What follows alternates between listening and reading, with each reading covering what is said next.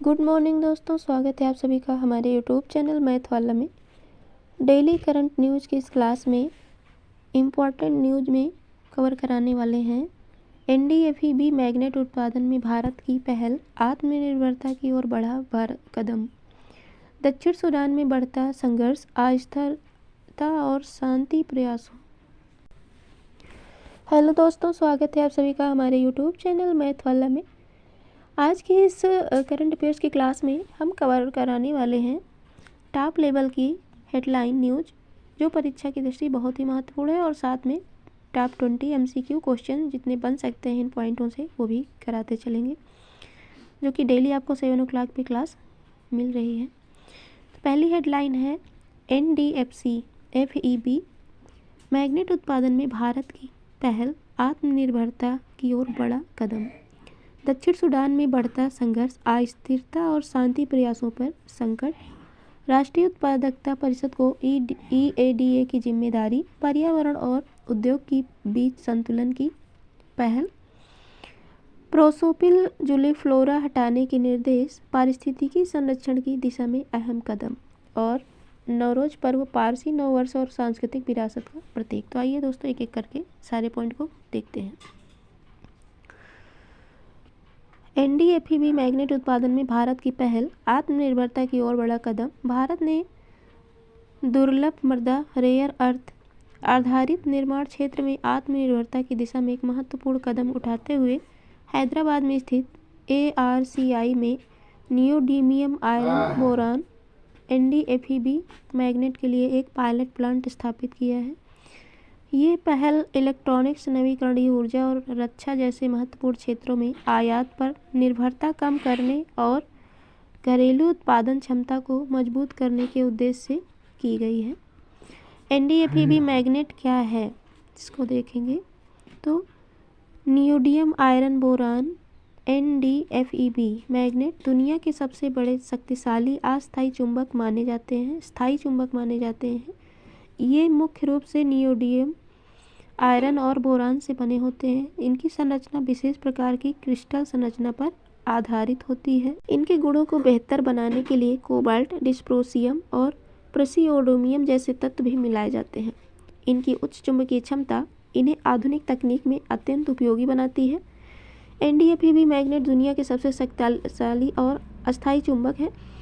ये मुख्य रूप से नियोडियम आयरन और बोरान से बने होते हैं। सिंटर्ड एनडीएफईबी मैग्नेट का उपयोग सबसे अधिक होता है और एआरसीआई हैदराबाद उत्पन्न सामग्री और पाउडर धातु कर्म अनुसंधान का प्रमुख केंद्र है। ये पॉइंट इम्पॉर्टेंट है दोस्तों। तो ये पहल भारत के तकनीकी और औद्योगिक विकास में एक महत्वपूर्ण कदम है, जो न केवल देश को वैश्विक प्रतिस्पर्धा में मजबूत बनाएगी, बल्कि भविष्य की उन्नति तकनीकों में आत्मनिर्भरता सुनिश्चित करने में भी सहायक होगी। आगे हम देखेंगे दक्षिण सूडान में बढ़ता संघर्ष, अस्थिरता और शांति प्रयासों पे संकट। दक्षिण सूडान में बढ़ता संघर्ष, अस्थिरता और शांति प्रयासों पे संकट है। सूडान में एक बार फिर हिंसा तेज हो गई है, जहां अकोबो क्षेत्र में सरकारी बलों और विपक्षी समूहों के बीच ताज़ा झड़पें हुई हैं। इस स्थिति ने देश में फिर से पूर्ण गृहयुद्ध आशंका को बढ़ा दिया है और अब तक के शांति प्रयासों पर खतरा मंडरा रहा है। यह संघर्ष जातीय तनाव, राजनीतिक प्रतिस्पर्धा और संसाधनों पर नियंत्रण की लड़ाई को दर्शाता है, जो स्वतंत्रता के बाद से ही देश को प्रभावित करते रहे हैं। भौगोलिक स्थिति और सीमाएं। दक्षिण सूडान पूर्व मध्य अफ्रीका में स्थित एक स्थल युद्ध लैंडलॉक्ड देश है। इसकी जो सीमाएं हैं, उत्तर में सूडान, पूर्व में इथियोपिया, दक्षिण पूर्व में केन्या, दक्षिण में युगांडा, दक्षिण पश्चिम में कांगो लोकतांत्रिक गणराज्य और पश्चिम में मध्य अफ्रीकी गणराज्य से लगती है। यह क्षेत्र कई संघर्षग्रस्त देशों के बीच स्थित होने के कारण रणनीतिक रूप से अत्यंत महत्वपूर्ण है। भौतिक विशेषताएं और जलवायु। दक्षिण सूडान का भूभाग मुख्य रूप से घास के मैदानों, सवाना, बाढ़ क्षेत्रों, आर्द्र भूमियों से मिलकर बना है। यहाँ स्थित अल शुद्ध विश्व के सबसे बड़े दलदली क्षेत्रों में से एक है। देश में उष्णकटिबंधीय जलवायु पाई जाती है, जिसमें उच्च तापमान, मौसमी वर्षा होती है, जिससे कई क्षेत्रों में बाढ़ की स्थिति उत्पन्न हो जाती है। प्रमुख नदियाँ और प्राकृतिक संसाधन। नील नदी, जो दुनिया की सबसे लंबी नदी है, दक्षिण सूडान से होकर बहती है। यहाँ की कृषि तथा आजीविका का मुख्य आधार है। देश प्राकृतिक संसाधनों में समृद्ध है, जिसमें तेल, सोना, हीरे, लकड़ी, चूना पत्थर, लौह अयस्क, तांबा, जस्ता और चांदी शामिल है। हालांकि इन संसाधनों पर नियंत्रण को लेकर संघर्ष भी बढ़ा है। अस्थिरता का एक प्रमुख कारण है। राजनीतिक और रणनीतिक महत्व देखते हैं तो अकोबो क्षेत्रों में बढ़ती हिंसा दक्षिण सूडान की नाजुक राजनीतिक स्थिति को उजागर करती है।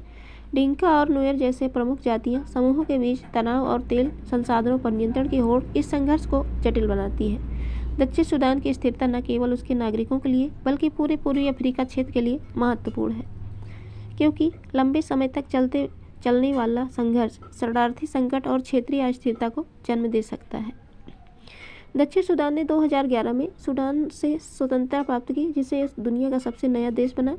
जूबा इसकी राजधानी और सबसे बड़ा शहर है। अल सूद विश्व के सबसे बड़े आर्द्रभूमि क्षेत्रों में से एक है। माउंट किन्नेती 3187 मीटर दक्षिण सूडान की सबसे ऊंची चोटी है। दक्षिण सूडान की वर्तमान स्थिति ये दर्शाती है कि राजनीति की स्थिरता और संसाधनों का न्याय संगत वितरण किसी भी राष्ट्र के लिए कितना आवश्यक है। यदि इन चुनौतियों का समाधान नहीं किया गया तो यह संकट न केवल देश बल्कि पूरे क्षेत्र के लिए गंभीर परिणाम ले सकता है।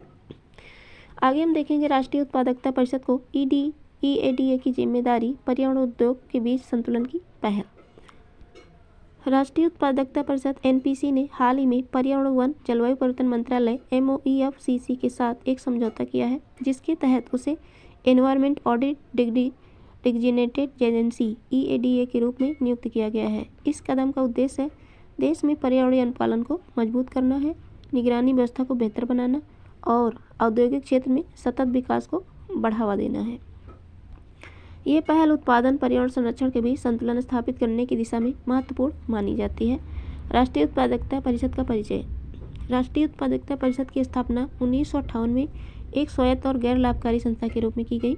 यह वाणिज्य एवं उद्योग मंत्रालय के अंतर्गत आंतरिक व्यापार और संवर्धन विभाग के तहत कार्य करती है। इसकी जो संरचना है बहुपक्षीय है, जिसमें नियोक्ता, श्रमिक, सरकारी संस्थाएं, पेशेवर निकाय शामिल होते हैं। इसका जो मुख्यालय है नई दिल्ली में है। ये टोक्यो स्थित एशियाई उत्पादकता संगठन का सदस्य भी है, जिसमें भारत संस्थापक देश है। उद्देश्य और कार्यक्षेत्र क्या है इसके, तो NPC का जो मुख्य उद्देश्य है उत्पादकता के प्रति जागरूकता बढ़ाना, आर्थिक दक्षता को सुदृढ़ करना। ये संस्था सरकार के लिए एक विचार मंच, थिंक टैंक के रूप में कार्य करती है और विभिन्न क्षेत्रों में उत्पादकता को बढ़ाने के लिए परामर्श एवं प्रशिक्षण सेवाएं प्रदान करती है।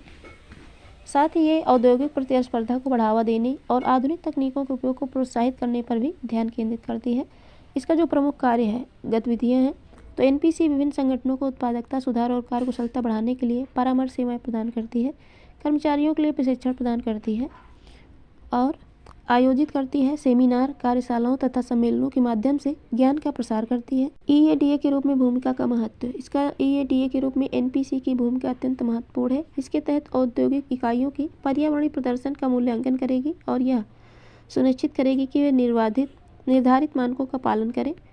ये पहल सतत औद्योगिक विकास को बढ़ावा देगी, पर्यावरणीय पारदर्शिता और जवाबदेही को मजबूत करेगी, उद्योगों को पर्यावरण अनुकूलन प्रक्रियाओं पर अपनाने के लिए प्रेरित करेगी। और मुख्य बिंदु देख लेते हैं। राष्ट्रीय उत्पादकता परिषद की इसकी स्थापना कब हुई थी? 1958 में। उद्योग और आंतरिक व्यापार संवर्धन विभाग के अंतर्गत ये कार्य करती है। NPC एशियाई उत्पादकता संगठन टोक्यो का सदस्य है। इसे हाल ही में एनवायरमेंट ऑडिट डेजिग्नेटेड एजेंसी बनाया गया है। ये पहल भारत में औद्योगिक विकास को पर्यावरणीय जिम्मेदारी के साथ जोड़ने की दिशा में एक महत्वपूर्ण कदम है। इससे न केवल उद्योग की कार्य क्षमता बढ़ेगी बल्कि पर्यावरण संरक्षण और सतत विकास के लक्ष्यों को भी मजबूती मिलेगी। नेक्स्ट आपका है नवरोज पर्व पारसी नववर्ष और सांस्कृतिक विरासत का प्रतीक है। नवरोज पर्व पारसी नववर्ष और सांस्कृतिक विरासत का प्रतीक है। प्रधानमंत्री मोदी ने नवरोज के अवसर पर देशवासियों को, विशेषकर पारसी समुदाय को शुभकामनाएं दी हैं। इसे सांस्कृतिक ऐतिहासिक महत्व को रेखांकित किया गया है। नवरोज, जिसे पारसी नववर्ष के रूप में मनाया जाता है, नई शुरुआत, समृद्धि, सद्भाव और का प्रतीक है। यह पर्व न केवल भारत में बल्कि विश्व के कई हिस्सों में बड़े उत्साह और श्रद्धा के साथ मनाया जाता है। इसका अर्थ और महत्व देखते हैं। तो नवरोज, जिसे नवरोज या नौरूज कहा जाता है, फारसी मूल का एक पारंपरिक नववर्ष है। नव का अर्थ है नया और रोज का अर्थ है दिन, यानी नया दिन। यह पर्व बसंत ऋतु के आगमन का संकेत देता है और प्रकृति में नवजीवन, पुनर्जन्म, प्रकाश की अंधकार पर विजय का प्रतीक है। इस दिन लोग विशेष पूजा अर्चना करते हैं, घरों को सजाते हैं, सामूहिक भोज का आयोजन करते हैं। ऐतिहासिक पृष्ठभूमि इसकी क्या है? तो नौरोज की उत्पत्ति प्राचीन फारसी साम्राज्य से जुड़ी है और यह जोरोस्ट्रियन जरथुस्त्र कैलेंडर का एक महत्वपूर्ण पर्व है। इसे अत्यंत पवित्र माना जाता था। इसका जो संबंध है फारसी राजा जमशेद से जोड़ा जाता है, जिन्होंने शाहनशाही कैलेंडर की स्थापना की। समय के साथ यह पर्व विभिन्न क्षेत्रों में फैल गया और वैश्विक सांस्कृतिक उत्सव बन गया। भारत में नौरोज उत्सव। भारत में नौरोज का प्रचलन पारसी समुदाय के माध्यम से हुआ, जो फारस में से यहाँ आकर बसे। विशेष रूप से 18वीं शताब्दी में सूरत के व्यापारी नुसेरवानजी कोहानजी की योगदान से यह परंपरा मजबूत हुई। नौरोज शब्द का अर्थ है नया दिन होता है, जोरोस्ट्रियन कैलेंडर से जुड़ा है और ये राजा जमशेद से संबंधित माना जाता है। नौरोज को यूनेस्को की अमूर्त सांस्कृतिक विरासत सूची में शामिल किया गया है। नौरोज का पर्व हमें नई शुरुआत, सकारात्मकता और प्रकृति के साथ सामंजस्य का संदेश देता है। केवल पारसी समुदाय की पहचान है, बल्कि भारत की सांस्कृतिक विविधता और एकता का भी सुंदर उदाहरण है। आगे हम देखेंगे प्रोसोपिस जुलफ्लोरा हटाने के निर्देश पारिस्थितिकी संरक्षण की दिशा में अहम कदम। प्रोसोपिस जुलफ्लोरा हटाने के निर्देश पारिस्थितिकी संरक्षण की दिशा में एक अहम कदम है। मद्रास उच्च न्यायालय ने तमिलनाडु में तेजी से फैल रही आक्रामक विदेशी प्रजाति प्रोसोपिस जुलफेरा को हटाने के लिए 34 महत्वपूर्ण निर्देश जारी किए हैं। इस पहल का उद्देश्य है राज्य के प्राकृतिक पारिस्थितिकी तंत्र को पुनर्स्थापित करना है, भूजल संसाधनों की रक्षा करना है, जैव विविधता को सुरक्षित रखना है और पौधों के कारण गंभीर रूप से प्रभावित हो रही है, जो कि इसे सुरक्षा प्रदान करना है। तो ये है क्या? तो प्रोसोपिस जुलफेरा एक झाड़ी का छोटा सा पेड़ है जो फैबेसी परिवार से संबंधित है। इसे सामान्यतः मेस्क्वाइट कहा जाता है। मूल रूप से मैक्सिको, दक्षिण अमेरिका और कैरेबियन क्षेत्र का पौधा है। भारत में इसे ब्रिटिश काल के दौरान विशेष रूप से 1920 दशक में दिल्ली लाया गया था। विभिन्न क्षेत्रों में इसे सीमई, करुएलम, विलायती कीकर और गंडो बावल में नामों से जाना जाता है। यह प्रजाति अत्यधिक अनुकूलन क्षमता के लिए जानी जाती है। यह रेतीली, चिकनी, लवड़ी और क्षारीय मिट्टी में आसानी से उग जाती है। कम वर्षा वाले शुष्क क्षेत्रों में, लेकिन मध्यम वर्षा वाले इलाकों तक ये जीवित रह सकती है। इसकी तेजी से बढ़ने की क्षमता और अधिक प्रजनन दर इसे अन्य स्थानीय पौधों पर हावी बना देती है, जिससे प्राकृतिक वनस्पतियां पीछे छूट जाती हैं। पर्यावरण पर इसका प्रभाव क्या है? तो प्रोसोपिस जुलफेरा के फैलाव से पर्यावरण पर कई नकारात्मक प्रभाव पड़ते हैं। पौधा बड़ी मात्रा में पानी का उपयोग करता है, जिससे भूजल स्तर प्रभावित होता है। इसके अलावा मिट्टी की गुणवत्ता को भी खराब करता है, घास के मैदानों को नष्ट कर देता है, स्थानीय वन्यजीव आवास खत्म होता है। इसकी घनी झाड़ियाँ पक्षियों और जीवों के लिए उपयुक्त वातावरण नहीं बनने देती, जिससे जैव विविधता में कमी आती है। न्यायालय के निर्देश। मद्रास उच्च न्यायालय द्वारा जारी निर्देश इस प्रजाति को व्यवस्थित रूप से हटाने और स्थानीय परिस्थितियों को पुनर्जीवित करने पर केंद्रित है। इसके तहत विभिन्न सरकारी विभागों के बीच समन्वय, निगरानी तंत्र और पर्यावरण पुनर्वास की योजना शामिल है। ये पहल न केवल भूजल स्तर में सुधार लाएगी, बल्कि घास के मैदानों को पुनर्जीवित पर्यावरणीय संतुलन को भी मजबूत करेगी। प्रोसोपिस जुलफेरा एक आक्रामक विदेशी प्रजाति है, जिसका मूल स्थान है अमेरिका महाद्वीप। फैबेसी परिवार से संबंधित है, मेस्क्वाइट कहा जाता है। ब्रिटिश काल में वनीकरण के उद्देश्य से लाया गया था। शुष्क और अर्धशुष्क क्षेत्रों में से फैलकर स्थानीय वनस्पतियों को प्रतिस्थापित करती है। तो ये थे टॉप 8 न्यूज़। अब हम देखेंगे टॉप 20 क्वेश्चन। पहला प्रश्न है NDFEB मैग्नेट का मुख्य उपयोग किस क्षेत्र में होता है? कृषि, इलेक्ट्रॉनिक्स और रक्षा, शिक्षा और स्वास्थ्य। तो राइट आंसर आपका हो जाएगा ऑप्शन बी, इलेक्ट्रॉनिक्स और रक्षा। NDFEB मैग्नेट में Nd किस तत्व को दर्शाता है? न्यूडीमियम, निकल, नाइट्रोजन, नियोन। तो राइट आंसर आपका न्यूडीमियम हो जाएगा। भारत में NDFEB उत्पादन का मुख्य उद्देश्य क्या है? निर्यात बढ़ाना, आत्मनिर्भर बनाना, आयात बढ़ाना, रोजगार घटाना। तो आत्मनिर्भर बनाना राइट आंसर हो जाएगा। दक्षिण सूडान किस महाद्वीप में स्थित है? Asia, Europe, Africa, Australia. तो अफ्रीका में स्थित है ये। दक्षिण सूडान को स्वतंत्रता कब मिली थी? 2005, 2011, 2015, 2020। तो राइट आंसर आपका हो जाएगा 2011। दक्षिण सूडान में संघर्ष का मुख्य कारण क्या है? जलवायु, जातीय और राजनीतिक विवाद, शिक्षा और पर्यटन। तो जातीय और राजनीतिक विवाद। नेक्स्ट क्वेश्चन है राष्ट्रीय उत्पादकता परिषद NPC किस मंत्रालय के अंतर्गत कार्य करती है? रक्षा मंत्रालय, शिक्षा मंत्रालय, वाणिज्य एवं उद्योग मंत्रालय, कृषि मंत्रालय। तो वाणिज्य एवं उद्योग मंत्रालय करेक्ट ऑप्शन हो जाएगा। EADA का संबंध किससे है? शिक्षा, विकास, पर्यावरण, उद्योग संतुलन, खेल और स्वास्थ्य। तो राइट आंसर आपका हो जाएगा पर्यावरण और उद्योग संतुलन। NPC का मुख्य उद्देश्य क्या है? खेल बढ़ाना, उत्पादकता बढ़ाना, जनसंख्या नियंत्रण, शिक्षा देना। तो उत्पादकता बढ़ाना इसका करेक्ट ऑप्शन हो जाएगा। प्रोसोपिस जुल्फेरा क्या है? औषधि, विदेशी आक्रामक पौधा, खनिज, पक्षी। विदेशी आक्रामक पौधा है ये। इसे हटाने का मुख्य कारण क्या है? तो पारिस्थितिकी संतुलन बनाए रखना, खेती बढ़ाना, व्यापार, उद्योग। तो राइट आंसर आपका बी हो जाएगा, पारिस्थितिकी संतुलन बनाए रखना। प्रोसोपिस जुल्फेरा किस प्रकार की प्रजाति है? स्वदेशी, आक्रामक, विदेशी, आक्रामक, विदेशी, लुप्तप्राय या जलीय। तो राइट आंसर आपका हो जाएगा आक्रामक, विदेशी। नवरोज पर्व किस समुदाय से संबंधित है? हिंदू, मुस्लिम, पारसी, सिख। तो पारसी आपका करेक्ट हो जाएगा। नवरोज किसका प्रतीक है? युद्ध, नववर्ष, फसल, वर्ष, वर्षा। तो राइट आंसर नववर्ष हो जाएगा। नवरोज मुख्यतः किस धर्म से जुड़ा है? बौद्ध, जैन, जरथुस्त्र धर्म, ईसाई। तो जरथुस्त्र धर्म से जुड़ा है। एनडीएफई मैग्नेट किन धातुओं से मिलकर बना होता है? तांबा, लोहा, नियोडियम, लोहा, बोरान, सोना, चांदी, एल्यूमिनियम। तो नियोडियम, लोहा और बोरान से मिलकर बना होता है। दक्षिण सूडान की राजधानी क्या है? खार्तूम, जुबा, नैरोबी, काहिरा। तो राइट आंसर आपका बी हो जाएगा, जुबा। एनपीसी की स्थापना कब हुई? 1950, 1958, 1965, 1970। इसकी स्थापना 1958 में हुई थी। प्रोसोपिस जुल्फेरा को भारत में किस नाम से भी जाना जाता है? नीम, बबूल, विलायती बबूल, पीपल। तो विलायती बबूल राइट आंसर हो जाएगा। Next and last question, Navroz किस महीने में मनाया जाता है? जनवरी, मार्च, जून, दिसंबर। तो राइट आंसर आपका हो जाएगा मार्च। तो ये थे टॉप 20 क्वेश्चन और टॉप न्यूज़ के साथ आप